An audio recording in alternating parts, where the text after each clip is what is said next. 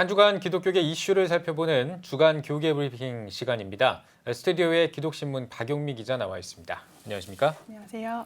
네, 코로나19로 교회들이 비대면 예배를 드린 지가 벌써 8개월이 지났는데요. 성도들이 처음 이제 온라인 예배를 드렸을 때와 지금의 어떤 마음가짐의 변화가 있는지를 보여주는 의미 있는 통계가 나왔다고요? 네, 그렇습니다.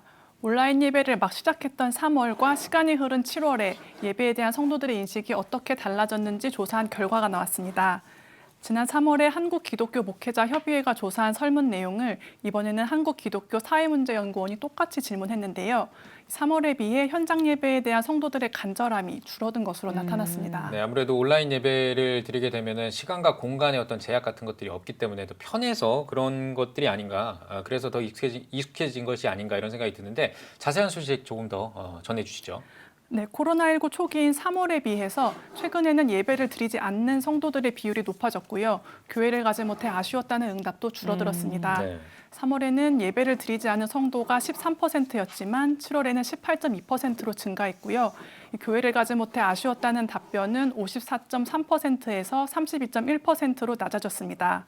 심지어 현장 예배보다 온라인 예배가 더 좋았다는 응답이 9.3%에서 14.5%로 늘어난 반면에 주일 예배는 반드시 교회에서 드려야 한다는 인식은 40.7%에서 28.7%로 급격하게 줄었습니다. 네. 이제는 온라인 예배가 일시적인 대안이 아니라 새로운 신앙 활동이 된 겁니다. 네. 짧은 시간 동안에 한국교회에 온라인 예배가 좀 확고하게 자리를 잡은 것 같은데요. 전문가들은 그럼 이 현상을 어떻게 보고 있나요? 네, 이제는 성도들이 일주일에 하루 혹은 그 이상 교회에 머물러야 한다는 생각이 줄어들면서 이 시간과 공간을 공유하는 공동체의 의미가 퇴색하고 있다고 봤습니다. 네.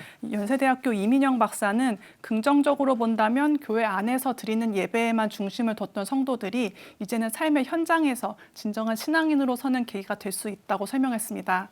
그러나 부정적으로 봤을 때는 교회 안에서 이루어지던 신앙 교육이 없어지면서 성도들의 영성이 하락할 수도 있다고 전망했는데요. 네. 이 때문에 이제 교회 밖에서도 할 수 있는 신앙 훈련을 개발하고 활성화하는 방안이 필요하다고 지적했습니다. 네. 네, 그동안은 이제 교회에서 목회자 한 명이 성도 다수들을 향해서 이제 이렇게 설교를 전달하는 형식의 예배였다면 이제는 성도들이 각자의 자리에서도 신앙생활을 잘 할 수 있는 그런 방안들을 연구해야 된다 이런 뜻인 것 같습니다. 이를 위해서 교회가 양질의 콘텐츠를 개발해달라 이런 성도들의 목소리도 이어지고 있다고요. 네, 46.9%의 성도들이 온라인을 통해 신앙 훈련을 할 수 있도록 교회가 도와달라고 답변했는데요. 문제는 교회가 아무리 좋은 콘텐츠를 제공한다고 해도 성도들이 이에 자발적으로 동참하는 것이 더 중요하다는 겁니다. 전문가들은 교회는 참여형 콘텐츠를 개발하고 성도들은 훈련의 중요성을 깨달아 실천하면서 성숙한 신앙생활로 나아가야 한다고 조언했습니다. 네. 그동안은 한국교회가 예배를 공유하는 공동체에 초점을 맞췄다면 이제는 신앙을 훈련하는 공동체로서 새로운 예배 현실에 적응해야 할 것으로 보입니다. 네. 현장 예배를 사모하는 마음은 잊지 않으면서 새로운 시대에 걸맞은 다양한 시도로 영성과 공동체성을 지키는 일에 힘써야겠습니다. 박용미 기자 잘 들었습니다.